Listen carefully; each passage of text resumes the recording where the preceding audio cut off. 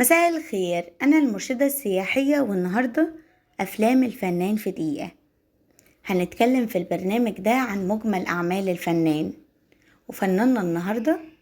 أفلامنا النهاردة عن الفنان الجميل والكبير اللي بدأ نشاطه الفني في العشرينات من القرن الماضي مع بداية السينما الصامتة. اشترك في التمثيل في العديد من الأعمال، لا أعمال كتيرة ولا قليلة، بس ساب لنا ذكرى حلوة جوه قلوبنا أول ما نشوف طلته على الشاشة.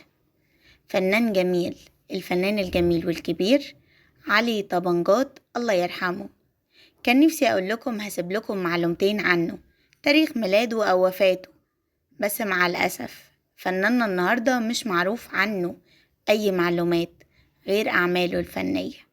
الله يرحمه. قدم 11 عمل فني وهم: الحظ السعيد، المظاهر.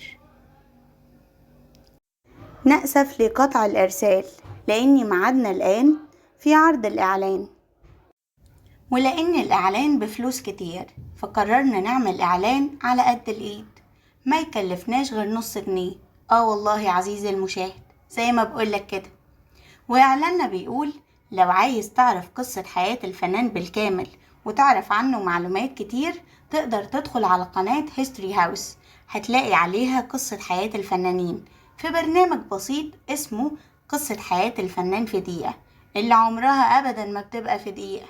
أو ممكن تدوس على الآي هتلاقي الفيديو يطلعلك على طول.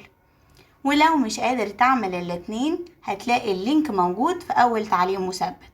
ونورتنا الشوية دول، ونرجع نكمل الفيديو بتاعنا.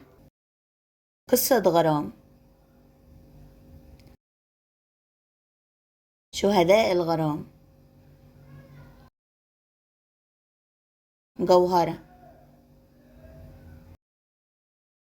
دنانير، العزيمة، الحب المرستاني، الحل الأخير، بواب العمارة، البشكات.